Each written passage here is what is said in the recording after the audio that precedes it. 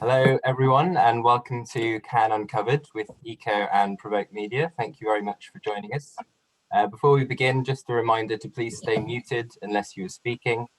This is just a normal Zoom meeting format, so I'd recommend watching in speaker view so you can more clearly see who is talking when. You can ask your questions using the chat function as we go. Please make clear who your question is being directed to, and we'll circle back to these at the end. We have an excellent set of panelists to cram in over the next hour, so I'll just take a brief minute to explain how ICCO fits into the Young Lions Festival before handing over to Maja Pawinska Sims, Associate Editor at Provoke, to kick things off. So ICCO is the umbrella body for PR and communications associations and their members. We represent about 3,000 agencies across 70 countries. We're a not-for-profit and exist, amongst other things, to support PR agencies with business opportunities, international collaboration, and collectively be the voice of PR and communications internationally. We've been participating in Cannes Lions through the Young PR Lions competitions globally for the last 6 years, as well as having a physical festival presence, providing a space for PR people to meet and network, as well as a strong content offering. And this has been in partnership with Provoke. Originally, the objective was to ensure PR was adequately represented at the awards, both through increased entries across all categories, and Fiorenza is going to be talking a little bit about that, as well as a heightened presence of PR agencies at the festival itself, which has traditionally had a legacy in advertising. Unfortunately, we won't be in the south of France running the House of PR this year, but we will still be making sure we support PR and comms agencies entering and wanting to enhance their profile and engage with the festival. And we'll be doing this through our partnership with Provoke. So to explain a little bit more about our plans and kick off the event in earnest, I hand you over to Maja. Rob, you know me better than that. I'm never earnest. Hi, thank you very much for the intro. I'm Maja from Provoke. I look after the publication across EMEA, and I'm leading our side of our Cannes activity this year with ICCO.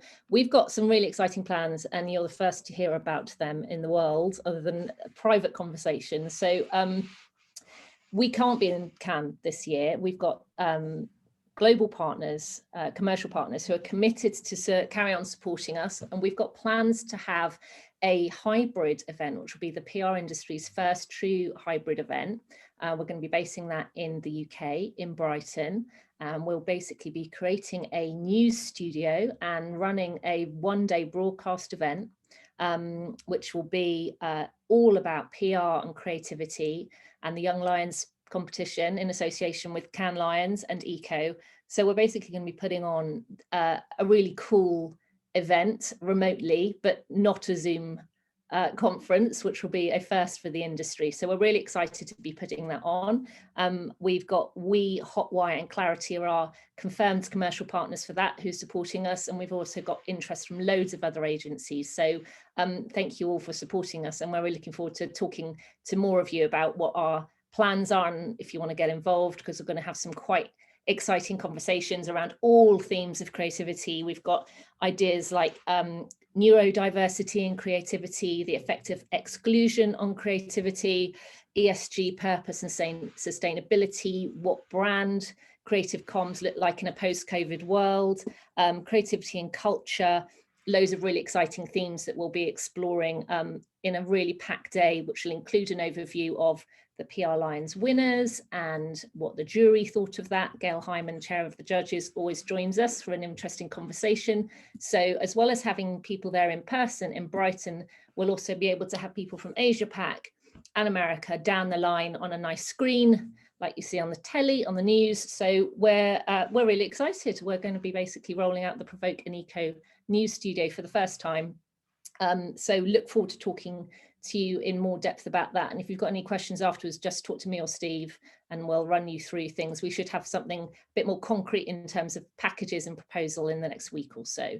So that's what we'll be doing together in Cannes Week this year.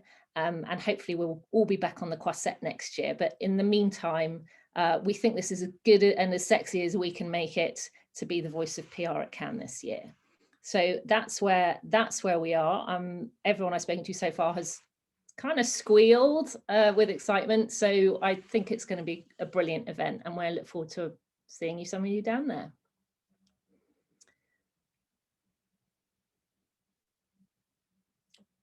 Rob, are we talking to Fiorenza next? Yeah, so next we have Fiorenza Plinio, Global Head of Creative Excellence from Cannes Lions, to tell us about what's new for Cannes in 2021. Fiorenza. Thank you, Rob. Thank you, everybody. And yes, my name is Fiorenza. I'm the Head of Creative Excellence at Cannes Lions. So I'm here today with you guys to show you a little bit more what we're gonna do at Cannes this year, and all the changes that we made for the last 6 months on our awards category. So you are going to get ready to enter your work. Let me share my screen with you so I can tell you a little bit more on this year changes.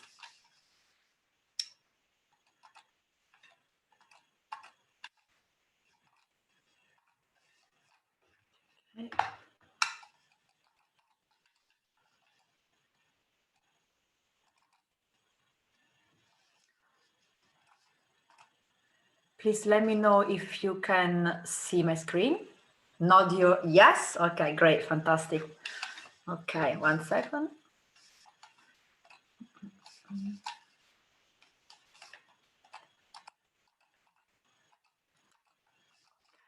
Must have interrupted my. Okay, that's it. Okay, so first of all, Cannes Lions 2021. Just giving you a bit of you know what we stand for, of an update on what we stand for, what we've been standing for the last 66 years. So we exist as an organization to drive progress through creativity. And we believe that creativity is extraordinary, is part of being human, and also and mostly advances business and develop people and shape society. Before getting into the nitty-gritty of what the changes to our awards will be for this year, I want to tell you a little bit more about what we've done for the last year or so, since the beginning of the pandemic. We didn't run a festival, as you might remember, last year in 2020. We didn't have a festival in Cannes, but what we did, we had a digital event that ran throughout the 3rd week of June. And that was 5 days packed with content,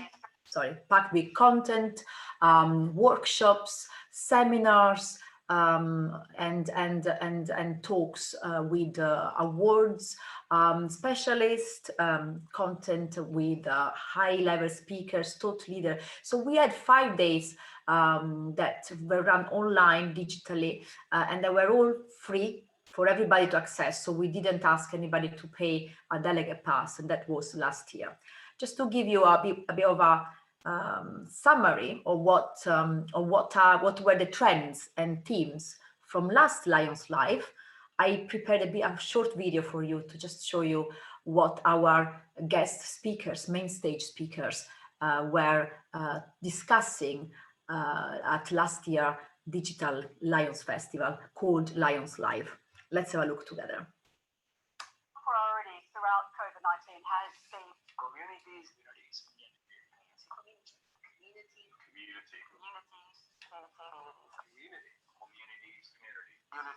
who are your customers, who are your clients, and ultimately who is your community. My business intersects with the concerns of the community, understands the culture, understands the community. Community is, I think, actually, we all did an incredible overused word, pivot. I am so pissed off about this pivoting. Pivoting.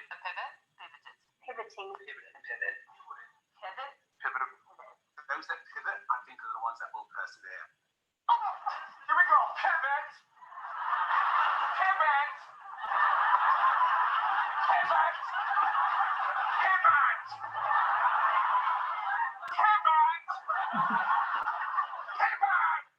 Well, I want to just finish off with another note. We as an industry have to take this responsibility. responsibility, responsibility, responsibility, responsibility, responsibility, responsibility, responsibility, the responsibility and responsibility, responsibility, the responsibility, responsibility, responsibility. We all have a responsibility.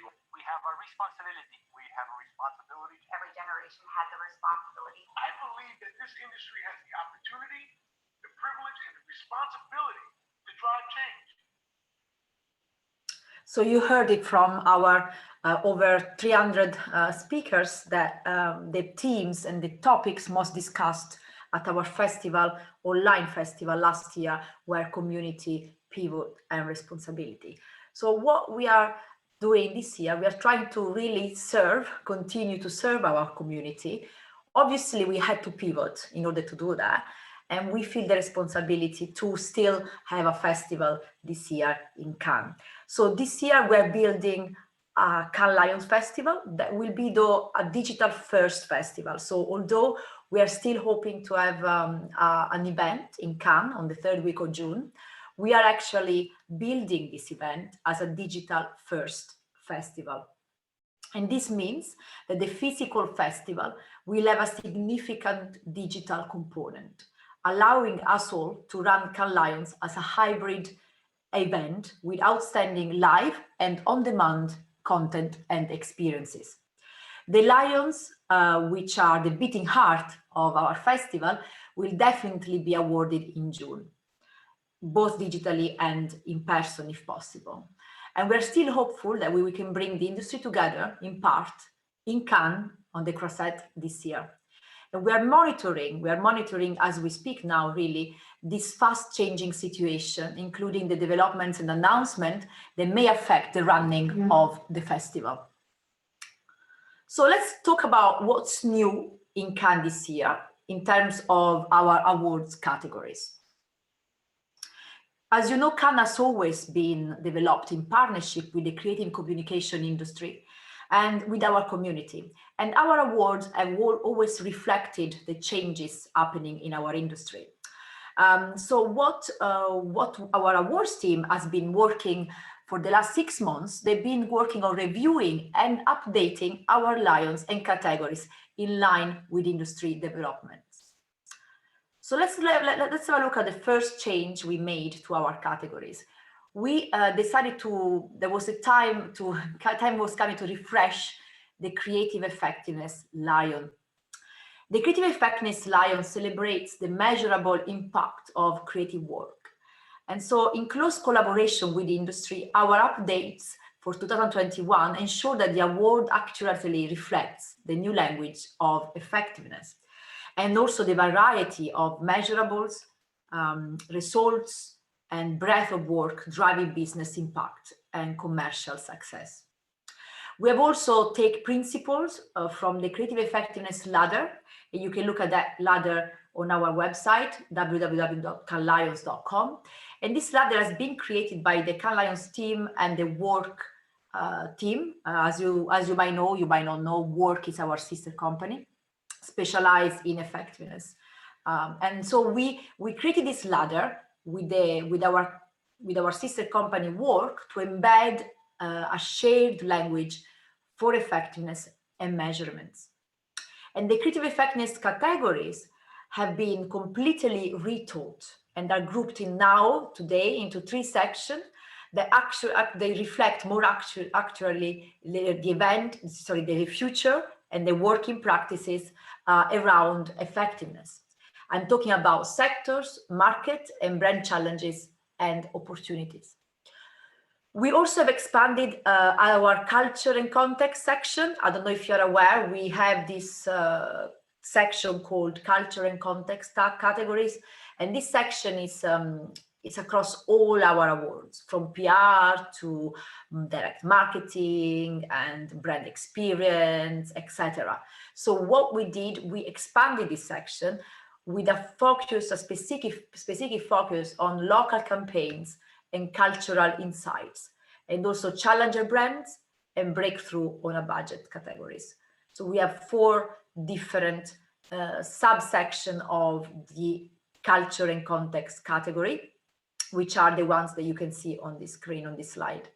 In 2020, we also expanded the section that we see here with 2 separate categories, one for social behavior and cultural insight, and we also replaced the CSR sector category with corporate purpose and social responsibility. For 2021, the culture and context section now includes the category called market disruption. It couldn't be more current, right? And this category is celebrating the work that has creatively embraced and adopt approaches to their work in response to local, regional, or global issues, embracing new ways of delivering their brand and showing consideration for the consumer. So we have a new category called market disruption. And also we created a new lion after 2 years of keeping our lions pretty much the same. We created a new one, which is called Creative Business Transformation Lion. This category, this lion, celebrate creativity that drives business forward and creative thinking that changes how brands organize themselves and how people work and how customers engage with brands, with clients.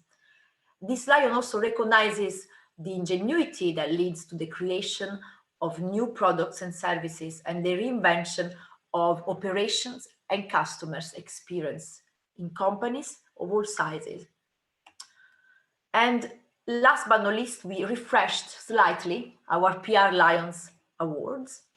The PR Lions were already refreshed for 2020 to ensure this award accurately reflects the current PR industry and recognizes the breadth of work the PR and communication specialists are excelling in driving earned media at scale.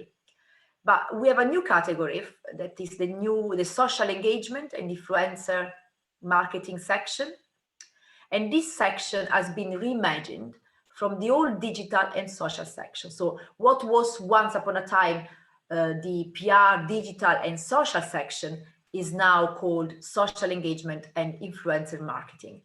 This section incorporates content creation, amplification and production, and social and community engagement and influencer marketing.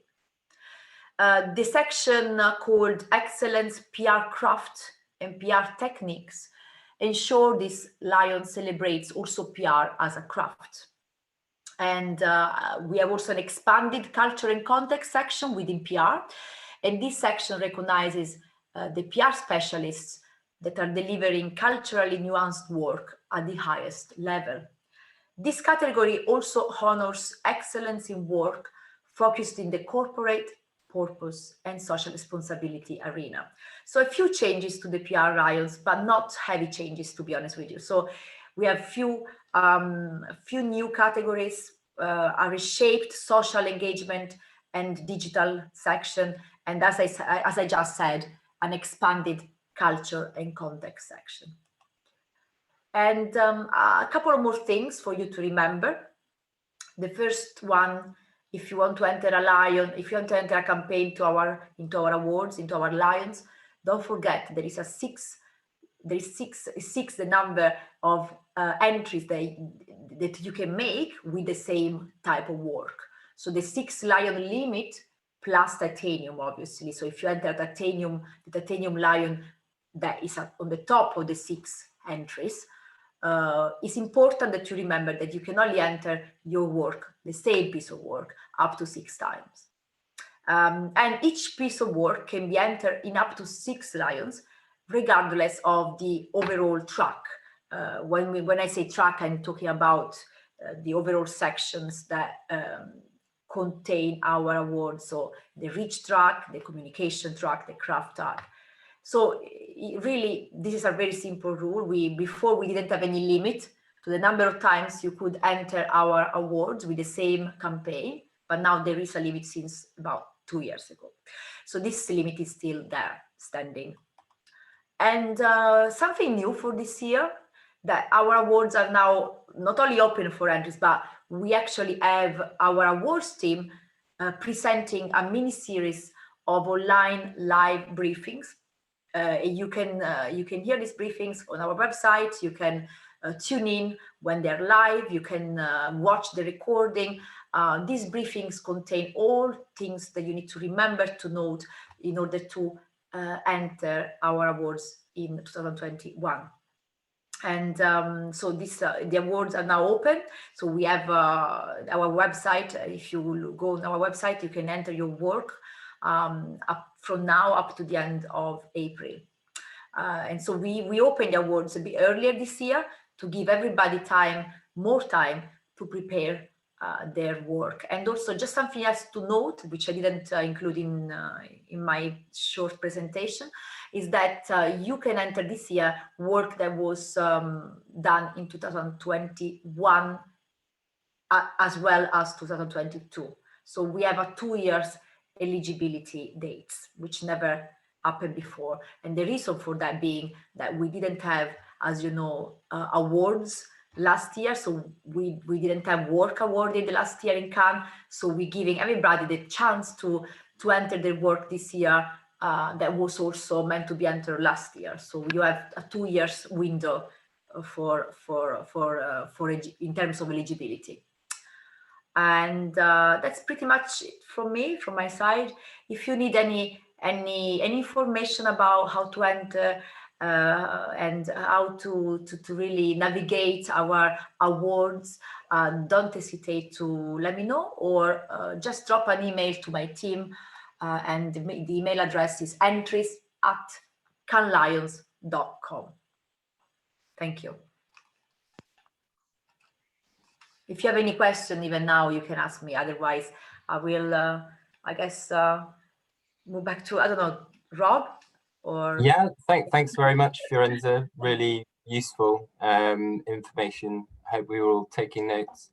I think Steve has a question. Steve, do you want to unmute yourself? Yes, I think I'm unmuted, if you can hear me. Ciao, Fiorenza. Yeah. oh, hello. Hi, how are you? I'm good. I'm good. I know you well enough to ask that question. It's the question that everyone wants to ask. Do you think it will be a live event? What do you think, and what vibe are you getting from the authorities in France? So how I told you through my presentation, we do have a kind of a direct line with the mayor, the mayor of Cannes, of the city of Cannes, and the authorities in Cannes.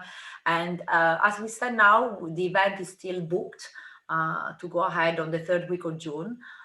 So we are looking also into having a digital first event, which is also physical, a little bit like you guys are going to have in Brighton. So what that means that we will still have a component where will be physical and in person, and perhaps, you know, also a digital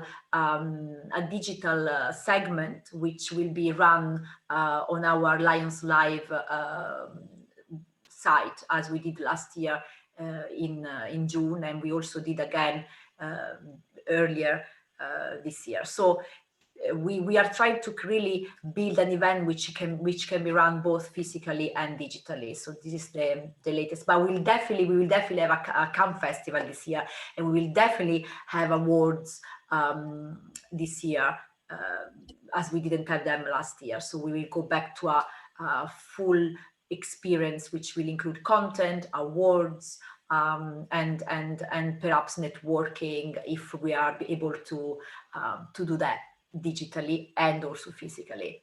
So we are trying to build, we are actually in the process of building both events. Thank you. And I can imagine you actually having a hotline to the mayor of Cannes. I can imagine. kind of. Thanks, Fiorenza. Thank you. No worries. Fiorenza, I've got a question to add to that. One of the things that I've always found most inspiring about being in Cannes in person, and obviously we're not going to be doing that this year, but hopefully that will come back again, is seeing the work. And I always feel that for creatives at all levels of agencies and in-house, that's a really that's one of the best bits of Cannes, is you can really immerse yourself in the creative work and the entries and the finalists and the winners of the awards. The archive is subscription only at the moment. Would you be able to open that up at any point? Is that part of the plan, so people can really see more of work from this year and the past couple of years?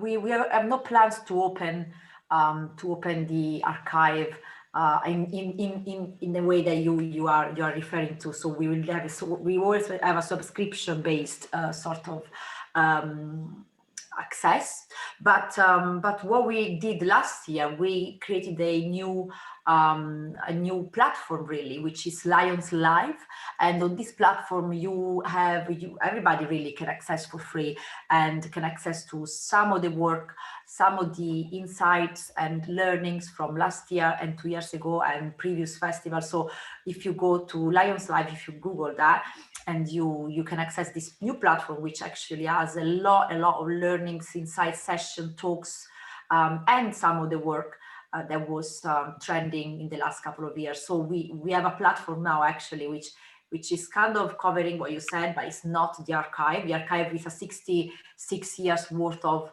IP and data, so that would be subscription based. But this other platform I just described actually is free and is for everybody to access and to interact with. And I trust me, there is a lot of insight and content that is basically all free and available for everybody to access. And on the same platform is this platform is the one we used to create our digital event last year, which by the way, for the first time in 66 years, we had a festival that was free or charge for everybody to access. That was in 2020. So yeah, that was quite a unique thing. Thank you. Rob, you've got a question before we move on. Yeah, so it's one that always comes up at these events. Is there any categories that are easier to win than others, or tend to attract less entries than others? Robin, my answer to your question will always be no, because I mean, being we are a neutral body, and we cannot really just tell you like, oh, you should enter that instead of that. But obviously, there are categories. We are not. I don't think there is such a thing like an easy category to enter. But what there is categories that are less entered than others, where perhaps if you have a great piece of work, you can shine a lot more. Compared to a crowded category where there is a lot more competition, and you have to really know what you're doing. If in a category like where there is a lot of competition, obviously you got 3,000 entries, 4,000 entries, then it would be much more difficult for you to shine and to get an award, to get a lion. But if there are categories where there is a little bit less entries and you believe your work can really do well in that category, obviously that would be having quite more chances, I guess, to be recognized. Thank you. Very diplomatic answer. Worth a try then. Was there any more questions for Fiorenza before we move on to the panel? No? Okay, well, thanks very much, Fiorenza, and see you again soon. Maja, do you want to introduce the panel now? I do. Thanks, Rob, and thanks, Fiorenza. It's always good to have some insight into how things are tweaking and changed. I would urge everyone who's got the slightest inkling that they've got a can-winning campaign to go for it. It's an incredibly useful exercise, just filling out the application form. You can really see what you've achieved for your clients, and it's very satisfying winning one as well. So do go for it. There's plenty of time. I've got a lovely panel coming up of 5 creative agency types who are going to talk us through some of their favorite can-winning campaigns from the past couple of years. One of the entry requirements, in fact, the foremost entry requirement for Cannes Lion is a 2-minute creative video, which really is like a potted summary of the campaign and what it set out to achieve, what the creative execution was, what it achieved for the client, and how it moved the needle. And the videos are always brilliant to watch.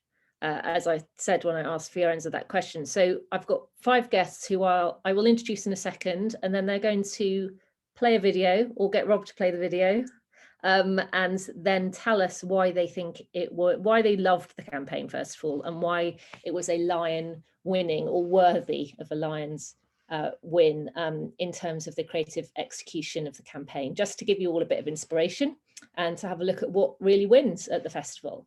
So first of all, just to go around everybody so you can say hi, we've got Shannon from Social Disruption. Hiya. We've got Anna Rose from Ketchum.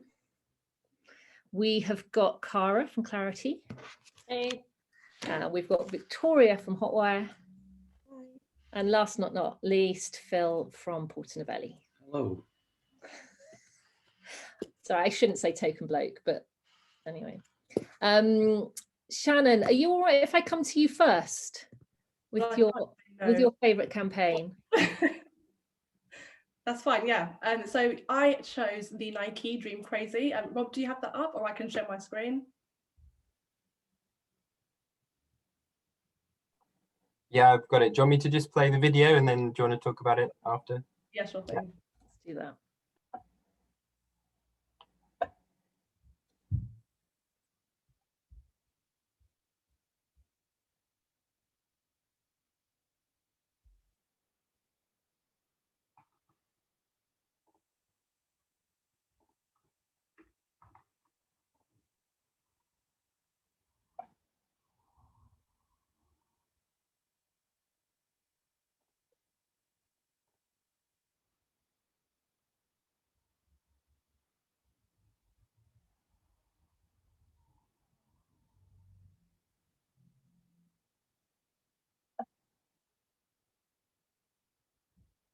Can you find it? Okay, I've got it up so I can play it if you can't find it, Rob. Sorry, is that working? No. No? Oh, I just sat here watching it by myself. Let me try again.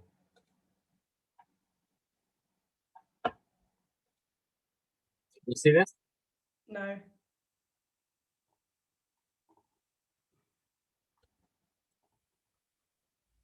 Is that working? No. I can give mine a go. I don't mind. Okay, do you want to give yours a go and I'll try again for the next one? There it is.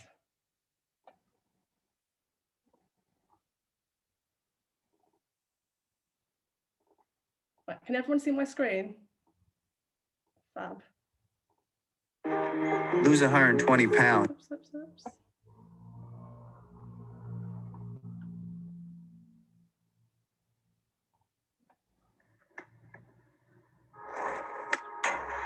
If people say your dreams are crazy, if they laugh at what you think you can do, Sorry. good. Stay that way. Because what non-believers fail to understand is that calling a dream crazy is not an insult. It's a compliment. Don't try to be the fastest runner in your school or the fastest in the world. Be the fastest ever. Don't picture yourself wearing OBJ's jersey. Picture OBJ wearing yours. Don't settle for homecoming queen or linebacker. Do both.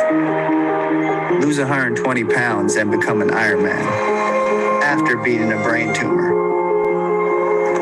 Don't believe you have to be like anybody to be somebody. If you're born a refugee, don't let it stop you from playing soccer for the national team at age 16. Don't become the best basketball player on the planet. Be bigger than basketball. Believe in something, even if it means sacrificing everything.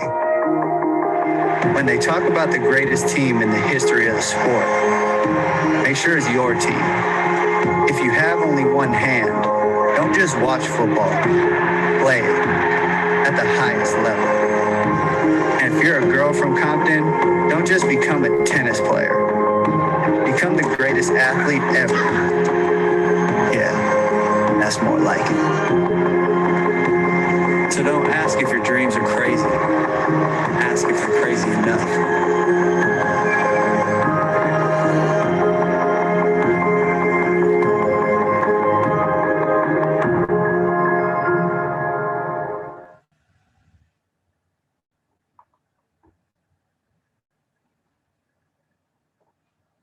Thank you for watching.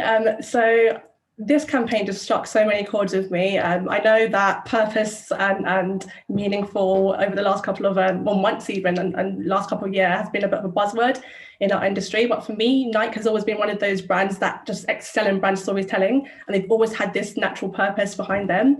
For me, what makes a strong purpose-driven campaign is, number one, authenticity, 2, relating to a cause that's bigger than yourself as a brand, and 3, aligning to individuals that are right to convey that message. And this Dream Crazy narrative was just so executed so well. And one of the best examples for me of a strong purpose-driven campaign, I believe that it won because from an influence and social perspective, the casting of talent was exceptional. So in influencer marketing, usually the individuals you choose, it's not really about their personality, their popularity, it's about relatability. So for Nike to use someone who was a homecoming queen and a quarterback, to a 10-year-old wrestler, to giants like LeBron, they made this campaign resonate with the everyday individual, and a diversity of people could see themselves in that narrative. So that was so well done. And then another reason why it struck as a really strong piece of work was the multi-layers of messages in the campaign. So yes, on the surface level, it was about dreaming beyond the ordinary, but I believe there was so many social messages which were so right for the time. So as we know, a PR 101 rule is you just stay the hell away from anything controversial and stay away from controversial people. So Nike using Colin Kaepernick, I believe his name is, and Serena Williams, individuals who at the time perhaps were outspoken on political and social issues, they really stood true to what they stood for in terms of, yes, we back these individuals, we back what they stood for, and Nike were prepared to almost fall on their sword. And I know, especially in this context, in this climate, brands are quite nervous about how they tap into those conversations, but aligning with those individuals who are already having the conversations and standing by them no matter what it means to your brand. I think that was a real example of integrity that Nike showed. And then in regards to impact, so when you've got the president of USA talking about your brand, you can just go home and say, yeah, I've done my job, because the campaign it caused global conversations because of how impactful it was and how true they stood to what they stood for and what they say they stood for, sorry. So yes, although we saw Nike's their stock plummet, I think it was 6%, shortly after, because of the impact and how just authentic it was. They had endorsements from people from Jim Carrey to Spike Lee, really saying, yes, we stand with you, Nike, because you stand with us, if you like. And that therefore their sales grew, plus 30%. Their brand was plus, I think, 6 billion in valuation. And just ultimately, I think Nike, the reason why I personally love this campaign, because I think it shows Nike as a leader in purpose-driven content, and they understand there's a responsibility as a brand to stand for what you stand for, and also ensuring the community you serve, that you're aligned to the issues and people that they that are important to them too. Great stuff. Thank you, Shannon. Yeah, I think we can all dream of brands like Nike as clients with budgets that big and assets that immense. But I think it's one thing that is really important about Cannes is looking at the big brand stuff, because there's no reason why you can't get part of that or close to that in the earned space as well. So yeah, it's a great purpose-driven campaign. Thank you for picking it out. Cara, I'm going to come to you next with your favorite campaign. Sure. Rob, did you want to try and show it again, or do you want me to do it? If you've got it ready, let's just do that. Okay, I'm going to mute while I set up.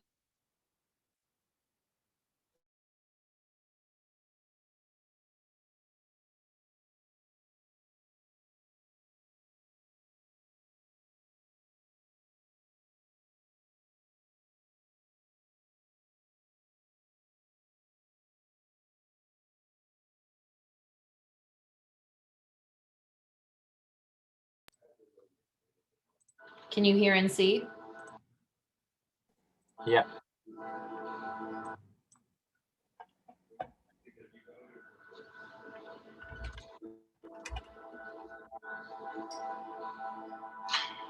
Hello.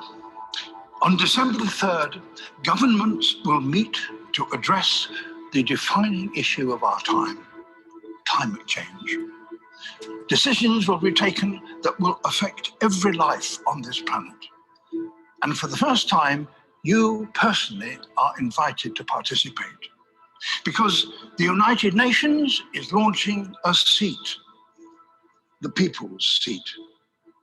Now, this may look like a very ordinary seat, but it is perhaps the most important seat you will ever take, because it will be placed at the United Nations Climate Change Conference, COP24, and will allow you and millions around the world an opportunity to join virtually and speak directly to the decision makers at this crucial time. This is our opportunity to collectively make a difference, to have our voices heard. Together, we can send a message to the world's leaders they can't ignore, to act now. Use hashtag Take Your Seat to send your message on climate change.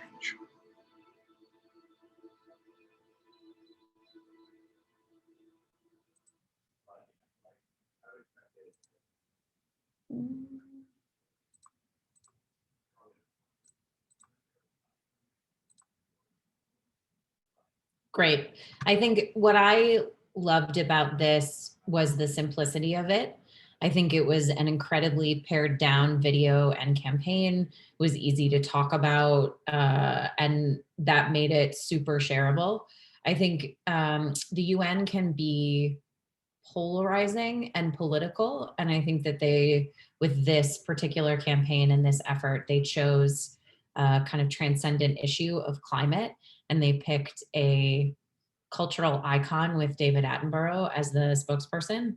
And I think that those choices made it internationally relevant, which I think is really helpful with something like this. Climate isn't just something that one country is affected by, it's something that everybody has a role in.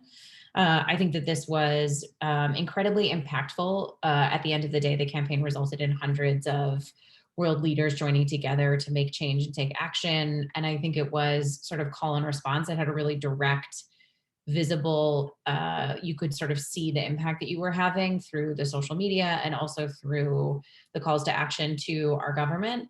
And I just think it was such a clean and easily shareable and easy to participate in campaign that really helped to elevate people's voices. We heard a little bit at the beginning about community and responsibility as sort of flashpoint words throughout this year and through many of these campaigns. And I think without actually saying either of those things, this campaign really did a good job of capitalizing on the community feel to drive change and the responsibility that we have to use our platforms and our social media and our reach to enact change. And it was just really nice to see. Thank you, Cara. I think it's worth pointing out that one, it didn't just win a gold PR line, it also won silver in the not-for-profit charity government subcategory of the PR track as well. Me into the actual world. You described the world and you showed. So it won a gold and a silver in the PR lines, and it was a really good example of a kind of a cross-disciplinary approach, which many Cannes Lion winners end up being. So the PR might lead or be elevating the campaigns. That was BCW led global PR and media strategies for that one. WPP sister agency Grey led on the ads, and then the Kantar involved Finsbury, Mediacom. It was a massive, great event with the United Nations, and it's a really great example of how agencies across disciplines and third sector and public sector organisations can come together and create something really, really meaningful. And I think that one got everyone that year. I mean, it's no surprise whatsoever that it won so big at Cannes. So thank you for highlighting that one of my favourites too. I'm going to come to, without having told him, Phil next. So, but I know he can wing it, so that's great. Sorry, Never wing it, Maya. Never wing it. Let me just share my screen and just see if I can get on as well. 1 second. I've gone for something a little bit different, which might be surprising that I haven't gone for something which is completely purpose driven, since Port Belly is a purpose agency. But I thought, why not shake it up a little bit? And I've gone for this campaign from Wendy, keeping Fortnite fresh, from VML, Y and R. So I'll play this and we'll have a chat about it. Let's now talk Fortnite, shall we? It's the newest video game craze, spreading fast among kids, college kids, even celebrities. Kids are nuts for this Fortnite. Fortnite has taken over the gaming world, becoming the most streamed game on Twitch ever. But brands are left out of the action, either tweeting from the sidelines or paying big bucks for in-game sponsorships. So when Fortnite announced a new event called Food Fight between Team Pizza and Team Burger, Wendy's saw an organic way in. We found out Team Burger stored their beef in freezers. And Wendy's doesn't do frozen beef. So we got on Twitch, chose a character with red hair and pigtails, dropped into the game, and instead of killing other players, we started destroying burger freezers. Again and again and again for 9 hours straight. We also declared our mission on Twitter, sending hundreds of thousands of gamers to Twitch to watch us play. And soon other players stopped killing each other and started killing burger freezers with us. Hey, Wendy's, dude, let's go! Top Twitch streamers took notice. I saw a Wendy's stream over here, dude. Oh, you smacking the burgers, freezers? This shit's lit. This kind of stuff keeps the game fresh. Thank you so much for coming to the stream, Wendy.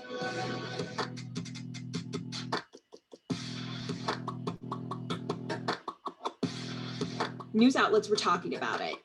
Even Twitch posted a highlight reel of Wendy's best freezer kills. Then our own competitors showed us some respect.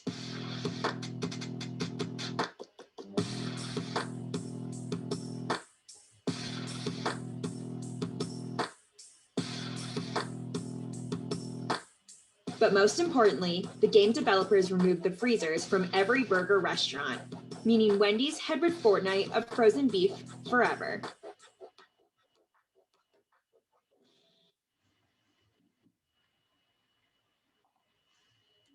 So the reason that I kind of chose that one, if I can find my notes again. Oops.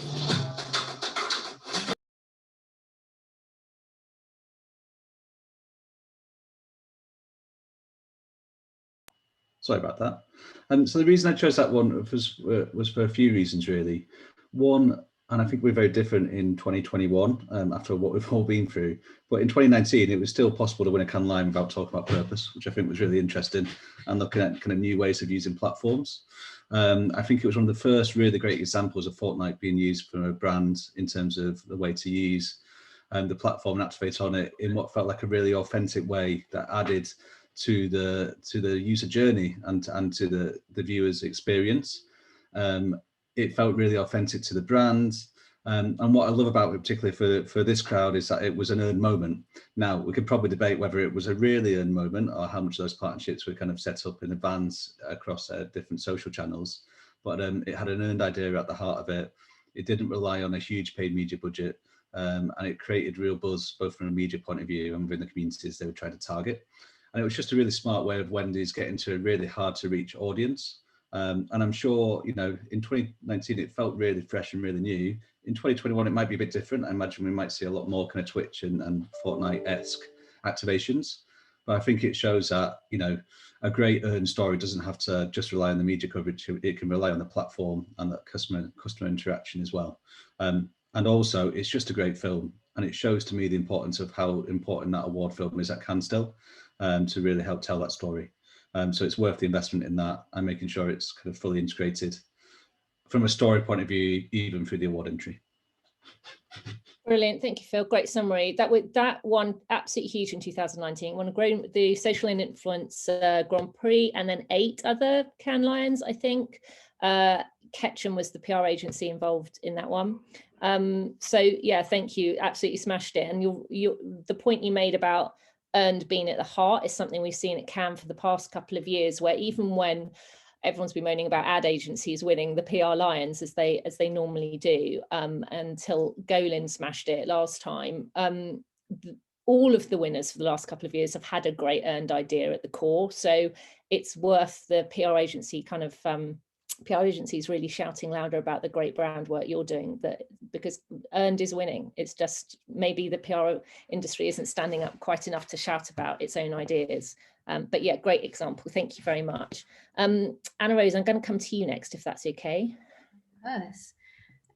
So I was going to share an example from New Zealand because Auckland, where I grew up, has the highest per capita amount of Cannes lions in the world. But I've gone with this instead. So you can look up some New Zealand campaigns later. Our generation lives in a paradox. On one hand, we love to express our style and creativity online. On the other, we want to reduce all the production waste that has a negative impact on the environment. A paradox caused by the unwritten rule that we can't be seen online in the same outfit twice. So how do we secure a better future while maintaining our creative output online? With a digital clothing collection, a series of virtually fitted fashion items that you only wear in digital space. This is how it works. First, you take a picture.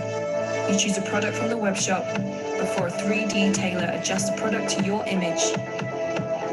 Now, your outfit is ready to be shared on social media. This is a new way of expressing our fashion creativity without leaving a negative footprint on the world.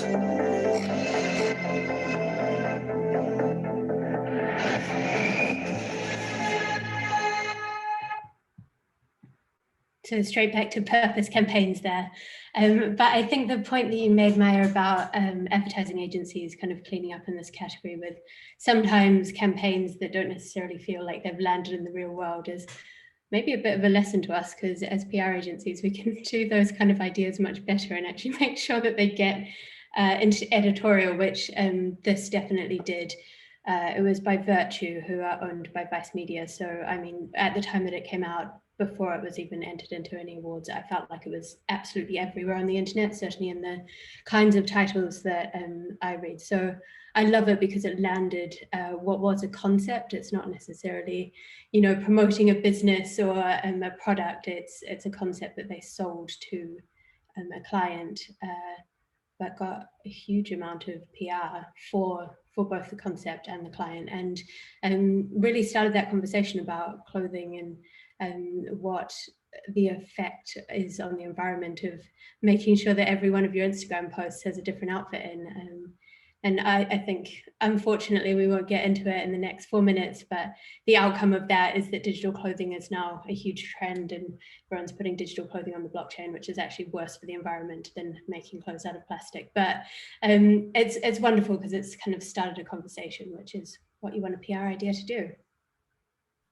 Brilliant, absolutely. And I think it's worth pointing out that one won a digital craft line. It didn't win, it wasn't anything to do with the PR track. So it's worth looking at other categories across the breadth of what the Cannes line is awarding, and not just thinking, oh, I'm a PR agency, we can only enter a PR line, because there's all sorts of crazy stuff that, again, is earned-led ideas driven by PR, which wins across categories at Cannes. So do look at that. I have to say, firmly Gen X, the ideas of blockchain and digital clothing are a little bit outside of my comfort zone, but I can see that it was a brilliant campaign. So thank you, Anna Rose. Finally, last but very much not least, I've got Victoria Morrison from Hotwire, who's going to share her favourite campaign with us. Thank you. Hi, everybody. Clearly, Phil and I were having the same lockdown cravings today, because I'm also getting burgers.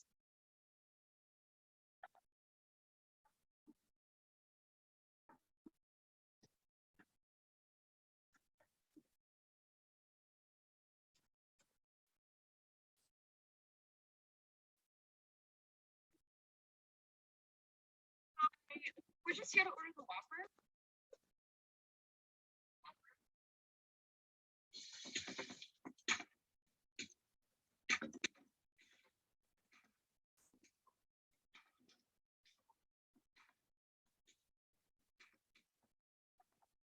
This is McDonald's.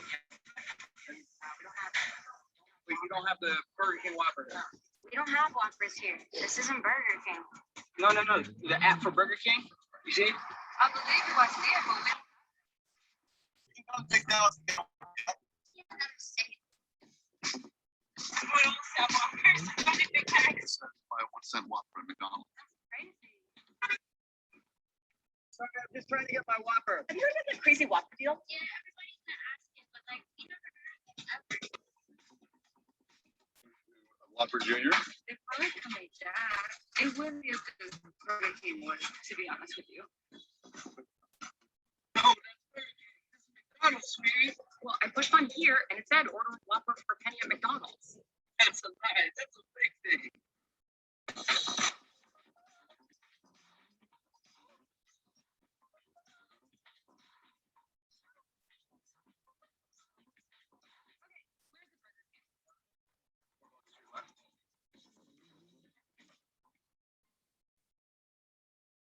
I mean, that's just a really delightful use of technology in marketing, which is what I really loved about it. But it's also born from natural business needs. Oh, bear with caller, sorry. There you go. Basically, in the US, Burger King have half the number of franchises that McDonald's do. So what they wanted to do is use McDonald's to create a Burger King. So what a lovely idea for people to drive past and be rewarded on their way to Burger King. In terms of learnings from it, when I was researching about the actual campaign itself, the jurors mentioned the 4 questions they asked themselves around all of the campaigns in the direct category. And that was it targeted? Has it made you feel something? Has it asked you to do something? And can you prove that they did it? And I think it meets all 4 of those amazingly. There was 1.5 million app downloads that came out of it in terms of actual business impact.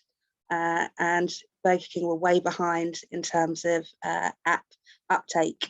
And for days they were on the top of the Apple charts. So I just thought it was pretty impressive. Yeah, there's a lot of burger campaigns win at Cannes, but McDonald's won a huge one a couple of years ago as well. Interesting. Just proves that the fast food guys have got really great creative teams working on them. Totally. It does make us all hungry. Yeah, that one won the Titanium Lion, I think, that year. It basically swept the board. It was somebody called it a masterpiece of brand trolling, which Burger King is doing great at across all its platforms. So thank you very much, Victoria. That's a great example. So we've had 5 really exciting and different examples there, ranging from kind of brand trolling, game crashing, and some purpose-driven stuff as well. So you can see the breadth of the kind of thing that wins, the breadth of the kind of thing that gets the judges excited. It can. There was a trend a couple of years ago where if it didn't make you cry, it didn't win anything. I think we might be over that, although who knows with COVID. So we'll see. I'm very excited to see what sort of stuff comes through this year. So definitely be keeping an eye on that Lions Live platform and the winners this year. We're up to time, but if anyone does have a question for me or Rob or any of our panelists or Fiorenza, if she's still here today, then do feel free to chime in before we go. I had a question, Maja. I know you only had the meeting with the production and events people late this afternoon, so you broke your own news story for Provoke, so that's great. Can you talk about what the format of the Cannes condensed event in Brighton would be in terms of delegates and audience and stuff like that? Yeah, absolutely. Thank you for asking. I completely missed that out of my intro. Yeah, so we're not having delegates. So this is the point of it being the first hybrid event, is that we will have live speakers and panel sessions, which are real and everyone is in the room together.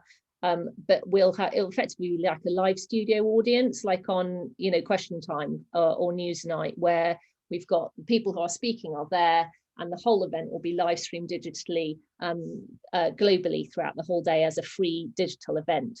So it'll look a lot different to a Zoom event like this one. It'll look like you're watching a broadcast, but the only people in the room are our live studio audience, in effect, will be our partners and speakers. So I think we're just trying, same as with Fiorenza, we're just trying to work out a way of hedging our bets slightly on what may or may not happen in the UK this summer. We're hoping that week things will start opening up or finish opening up as planned, in which case we can go full steam ahead with having as many people in the room as our venue can handle from our partners. But you know, if the worst comes to the worst, we can scale it up, we can scale it down. But that's our plan at the moment, is to have speakers in the room talking together and then live streamed around the world. So we can, and we have to unapologetically say they're going to be the UK representatives of our global agency partners in the room for obvious reasons, but we'll make sure the content is has as much of a global and diverse bent as we can possibly manage, both with the questions, through the types of themes that we're talking about, and through the Q&As we'll be able to have at the end of every session as well. Cool. And with Rosé afterwards. Obviously. Thank you. Okay, well, shall I wrap up, Rob? Is that all right? Yes, please do. I just wanted to, I just checked, the final deadline for entries is the 15th of April. So deadline 15th of April, make a note. Yeah, it does take a couple of weeks to pull the entries together. I used to do this at Weber Shandwick, and the 2-minute video does take quite a lot of scripting and pulling together. I mean, everyone's got in-house video capabilities now, which they certainly didn't have when the lines PR lines category was introduced a decade or so ago. So it's got easier, but the form is in depth and it's complicated and it's word count limited, and it is going to take you a good 2 or 3 weeks to knock that thing up. So do start like the end of this week if you are going to enter. That would be my insider advice into how long it takes to enter a Cannes Lion. But I would encourage everyone to do so. It's a really useful process, as I said, and it's nice having an award on the shelf, even if it's for a PR credit in a much bigger global campaign. So thank you all so much for coming today. Really appreciate it. Really appreciate our panel taking time to pick out an award they all loved each. Thank you, Fiorenza, for joining us as ever to give us an update on Cannes. And if you want to follow up with any of us afterwards, you know where we are. So thank you, everybody. Take care. Have a good evening.